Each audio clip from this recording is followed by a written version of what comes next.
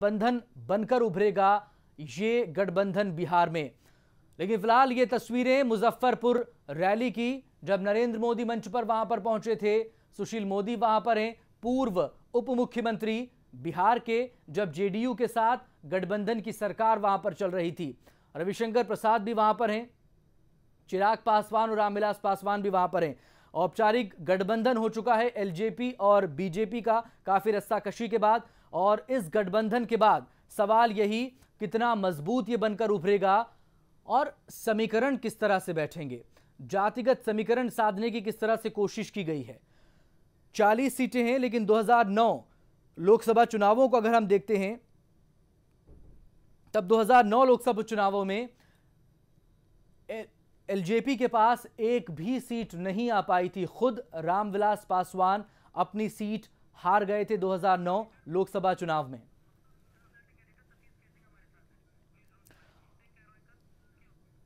और news express के consulting editor Satish के सिंह इस वक्त हमारे साथ यहां पर जुड़ते हुए। सतीश जी, मुजफ्फरपुर में नरेंद्र मोदी और रामविलास पासवान 12 साल बाद एक साथ एक मंच पर दिखाई दे रहे हैं, लेकिन सवाल ये, किस तरह से साध पाएंगे इस जातिगत समीकरण को, कितना मजबूत होगा ये गठबंधन बिहार की राजनीति में? देखिए, पासवान जिस तरह से नरेंद्र मोदी के खिलाफ एनडीए छोड़कर गए थे और जिस तरह से उनकी वापसी आई है, उन्होंने केंद्रीय मंत्रिमंडल से वाजपेयी के सरकार में थे और इस्तीफा दे दिया, उसके बाद वापसी हुई है, तो सीधा सीधा बिहार जो है भारतीय जनता पार्टी के लिए बहुत अहम भूमिका है। और भारतीय जनता पार्टी जैसी पार्टी अगर बिहार जैसे प्रदेश में कुल मिलाकर 7 और 3 10 सीटें छोड़ दे 40 में से, तो इससे अहमियत पता लगती है कि पासवान की या कुशवाहा की भारतीय जनता पार्टी के स्कीम ऑफ थिंग्स में कितनी उसकी अहमियत है। जहाँ तक पासवान का सवाल है, तो जो नीतीश कुमार जो हैं, नीतीश कुमार ऐसा लगता है कि 2014 में जो नरेंद्र मोदी की दावेदारी है उसके सबसे बड़े विरोधी के रूप में उभरे, लेकिन उनकी शायद सत्ता जो है बिहार में डगमगा रही है।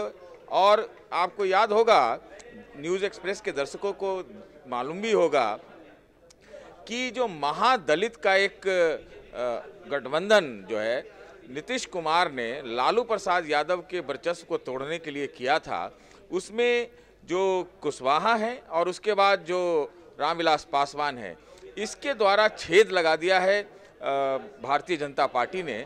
और भारतीय जनता पार्टी में, और ख़ास तौर से अगर नरेंद्र मोदी को प्रधानमंत्री बनना है, तो उत्तर प्रदेश के बाद सबसे ज़्यादा जो महत्वपूर्ण है वो बिहार है।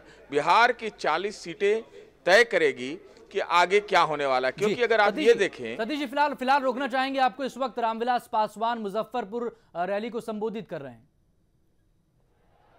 अध्यक्ष हैं शाहनवाज खान जी, जो बहुत ही लायक दोस्त और सांसद प्रवक्ता भी हैं। राजीव प्रताप रूडी जी, जो भाजपा के ऑल इंडिया के जनरल सेक्रेटरी हैं,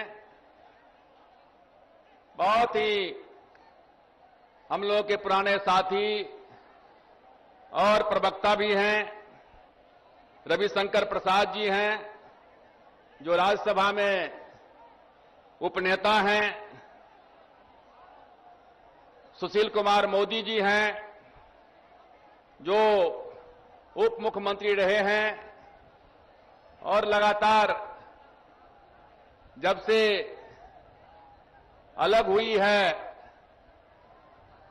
भाजपा सरकार से, तब से ये और विरोधी दल के नेता नंदकिशोर यादव जी लगातार जो है धुआंधार संघर्ष कर रहे हैं। धर्मेंद्र प्रधान जी हैं, जो प्रभारी हैं बिहार के, सभी हमारे साथी हैं। और मेरा पुत्र चिराग पासवान भी यहां मौजूद है। वो बोलेंगे नहीं, आप लोगों से आशीर्वाद लेने आए हैं। रामाकिशोर सिंह जी हैं।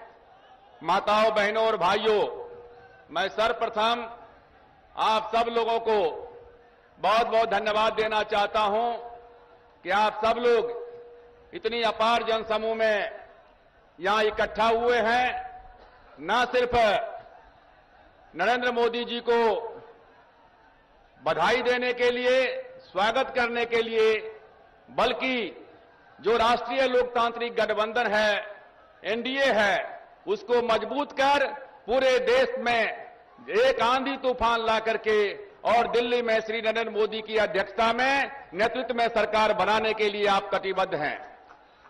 साथियों, आज दो तरह का भारत है, एक अमीर भारत है, एक गरीब भारत है।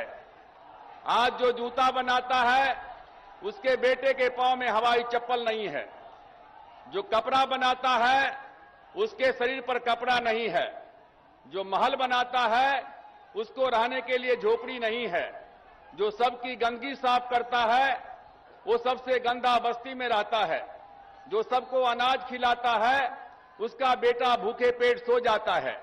चले जाइए इसी मुजफ्फरपुर के गांव में गरीब का बच्चा दवा के बगैर मर जाता है, दूध के लिए चिल्लाते रहता है। रात में जब मां से रोटी मांगता है कि मां पेट जल रहा है, रोटी दो दो खाने के लिए, तो मां कहती है बेटा सो जाओ, कल सवेरे तुमको रोटी मिलेगा। उसके बाद भी बच्चा जब रोना बंद नहीं करता है, मां फिर समझाती है बेटा सो जाओ, कल सवेरे रोटी मिलेगा। उसके बाद भी बच्चा जब रोने लगता है तो मां उसको थप्पड़ मार देती है, बच्चा रोते हुए जाके सो जाता है। सवेरे में जब उठता है तो मां से तुतली आवाज में पूछता है कि मां हमने तो रात में रोटी मांगा था, तुमने थप्पड़ क्यों मारा था? मां के पास में कोई जवाब नहीं रहता है। हम उस गरीब के आंख के आंसू को पोंछने के लिए चले हैं। नरेंद्र भाई जो एक गरीब परिवार में पैदा लिए, जो जिन्होंने कहा कि हमने अछूतपन को देखा है, पिछड़ी जाति, अति पिछड़ी जाति में पैदा लिए, आज उनके नेतृत्व में देश में एक जो है आंधी तूफान चल पड़ा है। आज हमें इस बात का खुशी है कि आज कोई जात की सीमा नहीं है, ये जमात हो गया है।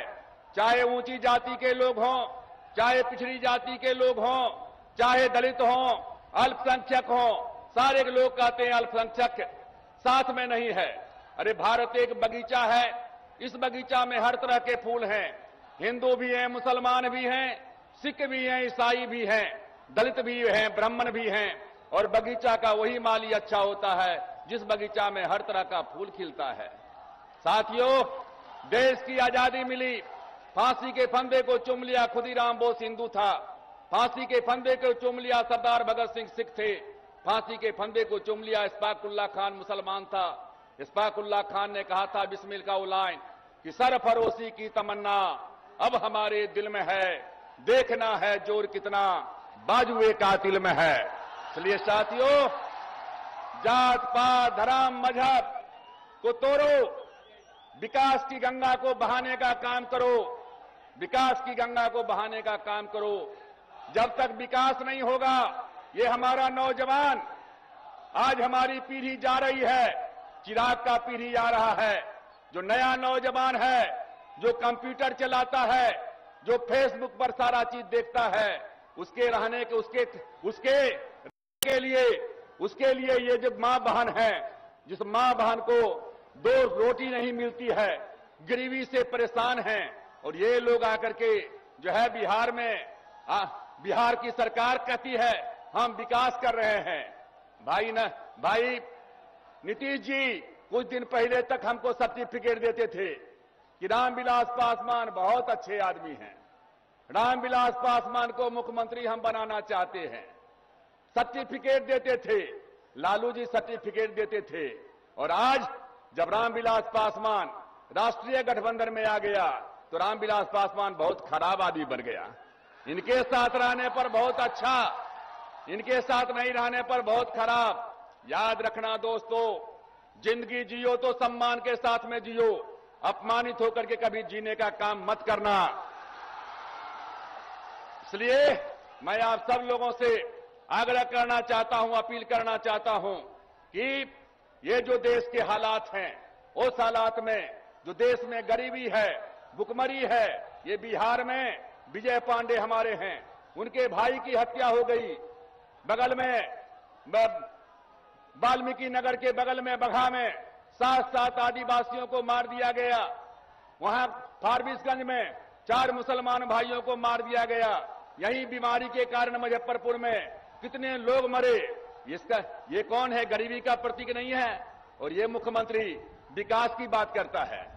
माल महाराज के मिर्जा खेले होली, ताकत थी भाजपा का और ये नेता बने हुए थे। हमको उस समय में भी आश्चर्य लगता था जब भाजपा के इतने बड़े बड़े दिग्गज नेता चुपचाप बैठे रहते थे। हमने कई एक बार इन नेताओं से कहा कि भाई आप में क्या कहां चला गया आत्मबल, सेल्फ रिस्पेक्ट कहां चला गया? आपके नेताओं को निरादर किया जाता है, उसके बाद भी आप चुपचाप बैठे हुए हो। लेकिन मैं धन्यवाद देना चाहता हूं, भारतीय जनता पार्टी जितना अलायंस के धर्म को निभाती है, जितना गठबंधन के धर्म को निभाती है, उतना शायद ही दूसरा यूपीए नहीं निभाती है। इसलिए जब से पार्टी अलग हुई है, एक जो है पूरे देश में एक नई क्रांति आ गई है। और भाई सुशील मोदी जी, आपके ऊपर में पूरा देश का निवार है। ये गरीब गुरबा लोग आपकी ओर देख रहे हैं, ये दलित पिछड़े लोग आपकी देख रहे हैं, अल्पसंख्यक के लोग आपकी ओर देख रहे हैं। सच्चर कमेटी की रिपोर्ट आई, सच्चर कमेटी ने कहा कि देश में जो हालत दलित की है, वही हालत उससे भी बदतर हालत मुसलमान की है। आपने बार बार कहा है, घटनाएं घट जाती है, हर 12 साल पर युग बदलता है। आज क्या कहते हैं कि गुजरात एक ऐसा देश है कि 2002 के बाद कोई घटना नहीं घटी। और यही बिहार देश है, प्रदेश है कि जहां कोई महीना नहीं आता है कि जहां कम्युनल राइट्स नहीं होता है, जहां सांप्रदायिक और जातीय दंगे नहीं होते हैं। इसलिए देश की बागडोर आपके हाथ में जा रही है और आपका नैतिक दायित्व बनता है कि चाहे दलित हो, चाहे पिछड़ा हो, चाहे अल्पसंख्यक हो, चाहे नौजवान हो, चाहे महिलाएं हो, इन सारे लोगों का जो हित है, इन सारे लोगों का जो हित है, जीवन आपके हाथ में जा रहा है। और मैं पूरा का पूरा उम्मीद करूंगा कि आपके रहनुमाई में, आपके नेतृत्व में समाज का कोई वर्ग नहीं हो जिसका अहित हो, और कोई वर्ग नहीं हो जो 1 साल के बाद नहीं कहे कि नरेंद्र मोदी ही हमारा एकमात्र नेता है, उससे अच्छा कोई नेता नहीं है। इसलिए ये आपके ऊपर में कांटा, ये ताज नहीं, कांटा का ताज आने वाला है। और इस कांटा के ताज को आप संभाल करके भारत मां का जो सपना है, उस सपना को आप पूरा करने का काम करेंगे। इन्हीं शब्दों के साथ मैं तमाम उमड़ते जनसमूह को मैं बहुत बहुत धन्यवाद देता हूं। और अपनी पार्टी की ओर से जो हमारे राष्ट्रीय गठबंधन के प्रधानमंत्री के उम्मीदवार हैं भाई नरेंद्र मोदी जी को भी मैं बहुत बहुत धन्यवाद देता हूं कि आप बिहार में आए। आपने पटना के गांधी मैदान में आया था और समय में यहां की सरकार ने आपका बम से स्वागत किया था। आज आप आए हैं, लेकिन हमें इस बात का उस समय में भी देखने को मिला कि भीड़ थी, इतनी जबरदस्त भीड़ थी कि कोई उसका जब प्रभाव नहीं पड़ा। इसलिए आपको मैं बहुत बहुत धन्यवाद देता हूं, अपनी तरफ से देता हूं, अपनी पार्टी की तरफ देता हूं, राष्ट्रीय गठबंधन की तरफ से देता हूं। इन्हीं शब्दों के साथ बहुत बहुत धन्यवाद। जय हिंद, जय भारत। तो मुजफ्फरपुर में नरेंद्र मोदी पहुंचे हुए हैं रैली को संबोधित करने के लिए। बिहार के मुजफ्फरपुर में एलजेपी के साथ गठबंधन होने के बाद ये पहली रैली हो रही है और रामविलास